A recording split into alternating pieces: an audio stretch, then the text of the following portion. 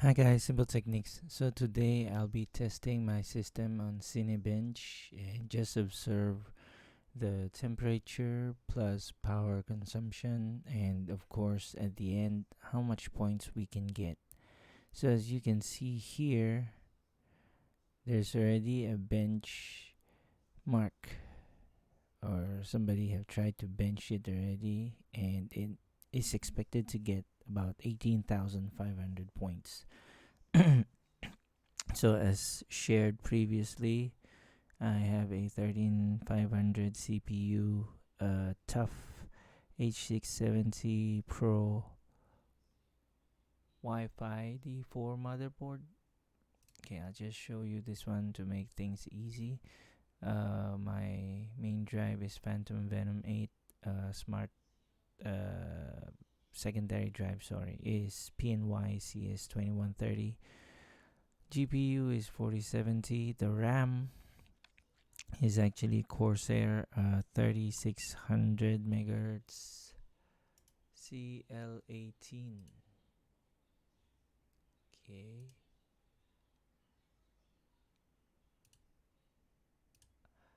gonna show you here. Okay, so this is 20 threads. The memory is here, 3600 is CL18. Yeah, I think that's it. Let's try out. So I'm gonna run multi-core. I'm not gonna run single core anymore, and see what the scores will be.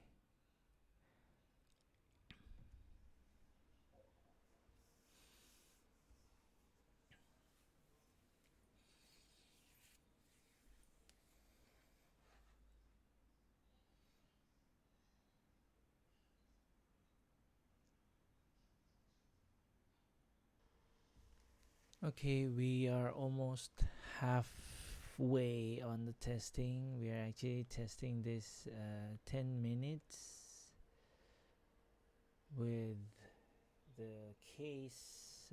My case is the Montec Air 1000 Premium. All filters are in. We are getting about 85 degrees Celsius. That's about 154 watts. And 13500 is actually designed to run up to 154 watts. So far I think it's looking fine. The max we got is about 86 degrees Celsius, 154.20 something watts. And I'm curious to see what's the final score. I think we are higher than the previous benchmark for 13500. So that means your motherboard will have an effect on the performance that you are having. I'm not sure exactly what motherboard they used, but comparing this to my original motherboard, was Gigabyte P760M D3SH, and what I got is this.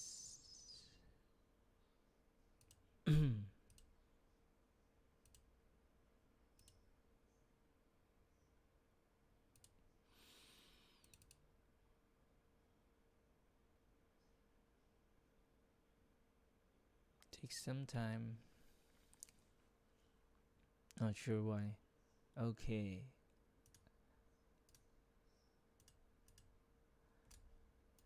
And it doesn't want to let me go. Okay. Never mind.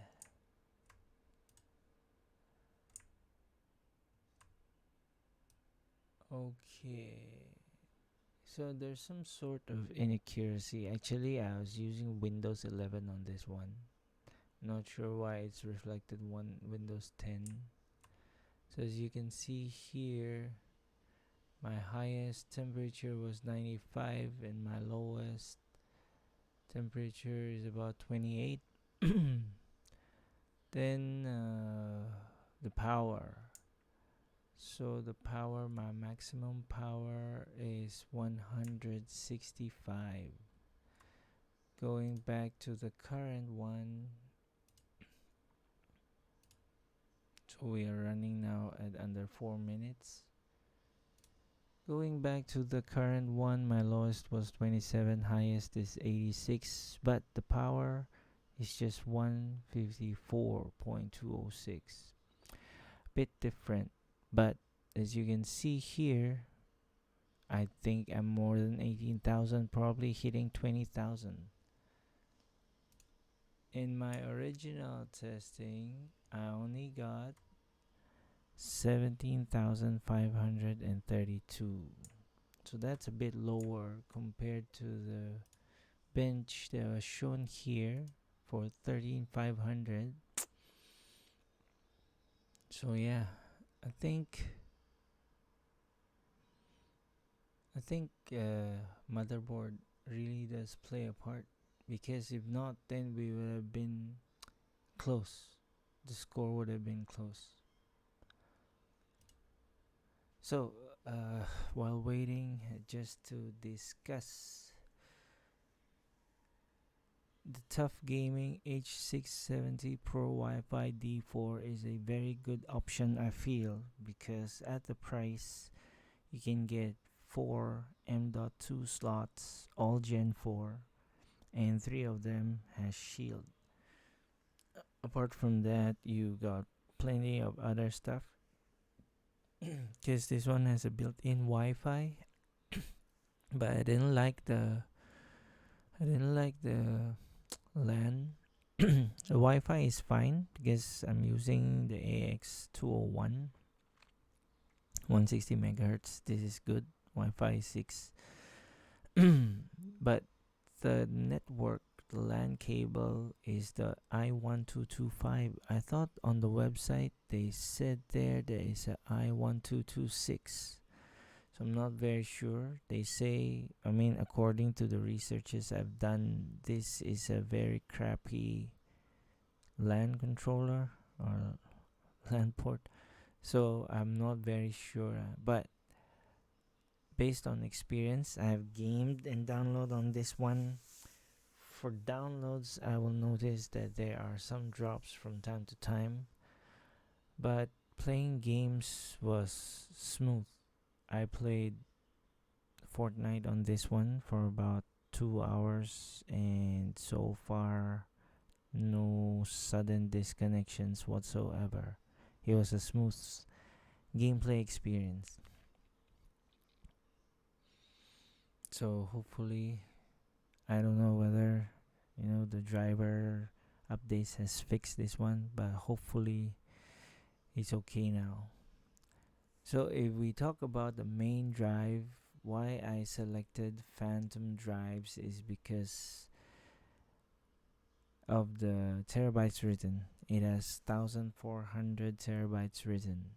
And then for CPU, why I selected this CPU is because this is the best, I feel, budget